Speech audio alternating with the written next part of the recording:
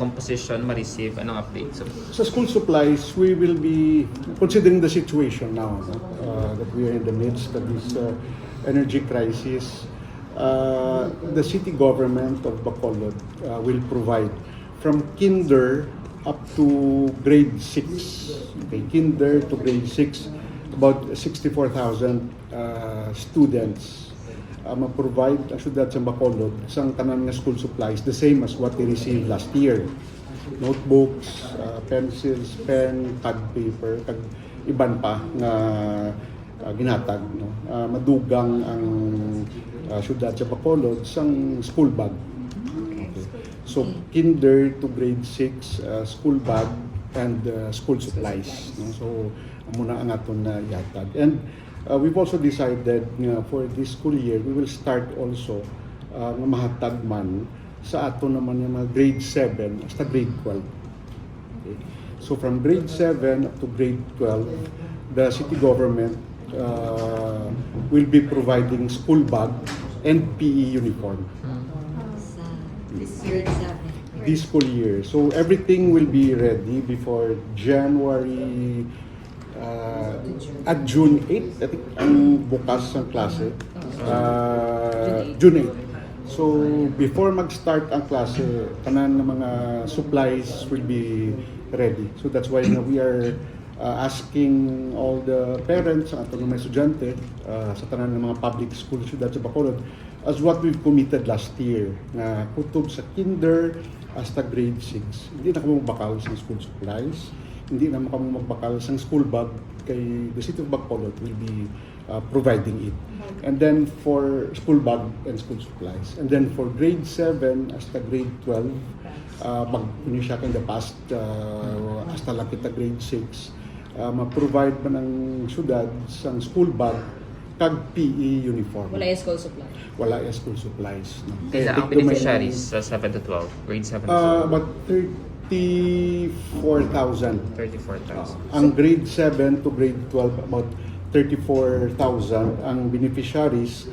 And then ang sa kinder up to grade 6, 64. mga around 40,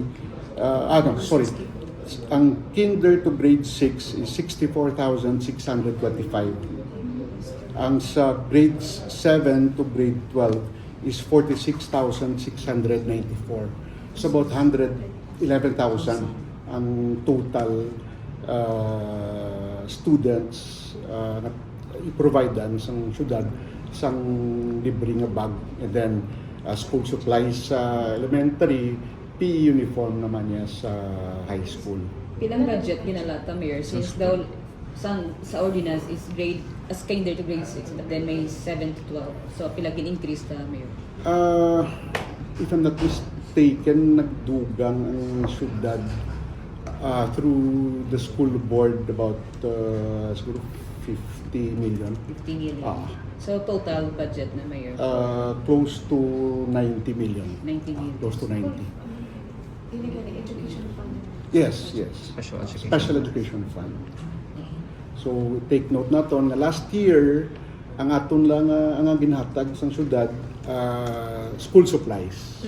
But this year been ensure gid pag nangita isang pamaagi ang syudad nga there will be available resources, so madugang kita school bags for elementary, and sa high school or grade 7 to grade 12 PE uniform and school bag. Need pa na, Mayor, i-amend ang ordinance since may inclusion ng 7 to 12. No na. Iti ang purpose gid kung nga ginahimo ng isang syudad Subong is that as much as possible the city government will provide for the necessary requirements sa mga kabataan nga ga-eskwela. Minsan to nga sa sini nga crisis, we know that one of the best things that we can do, if not the best, is to provide for a free quality education.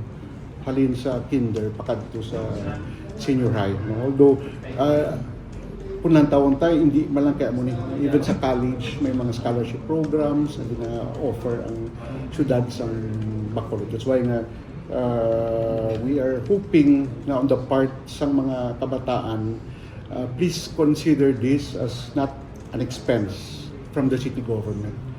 For us, this is an investment for the future of the youth of Bacolod City. That's why we are putting enough resources para mas mahapos sa buhay na migrasyon na hindi mag-eskwela naton sini nga mga kabataan halin sa kinder pakadto sa grade 12. And do take note nga ang ini nga mga programa nga i-implement is a result of the series of meetings we had with the Department of Education. Hindi niya nga sing amon-amon lang, iya ka DepEd lang, pila ka mga meetings nga amon sinigin himo no, para to arrive at this decision to provide the school bags and school supplies as well as school bags and PE uniform. Pipamangkot namon ang DepEd sa kay SDS Develos kung ano pinakarami. So ang suggestion nila, let's provide PE uniform to all the high school students. Anong assurance na mayor naka-distribute on time since before, late ka lang. Well, so, kasi mareklamo ng mga parents. we assure them that before mag-start ang klase by June 8, ara na ang tanan ng mga school supplies. No? We will come up lang with a mechanism in the aspect of distributing it to all the elementary and high schools diri sa aton syudad sa Bacolod. Basta we guarantee them and we assure them nga ang tanan nga mga school supplies will be available before the start of classes. So they don't have to worry anything. Kung baga, brigada eskwela, may mabatan sila. Isa na nga ginalagtaw naman na mahinga daw before that. Basta ang pagsugod sa klase may arang sila. Mayor, ang PE uniform, parehas lang design. PE uniform. Ang takos.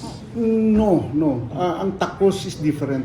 Kasi nagalini siya sa DepEd eh. Like pila ka bilog ang small, pila ang medium. That's why nga pa niya output ni siya sa series of meetings Mag-enroll ng galit na DepEd. pa. Kaya nabutang na dara pag enroll mo kung ano nga size ng PE uniform. So, may turno ng PE uniform sa Bilog? Turno sa Bilog. Yes, because they're all under the Department of Education, Bacolod City Schools Division Office. So we will have a uniform, PE uniform. We'll have a PE uniform which is palareha sa tanan ng mga estudyante as well as the school bags for high school.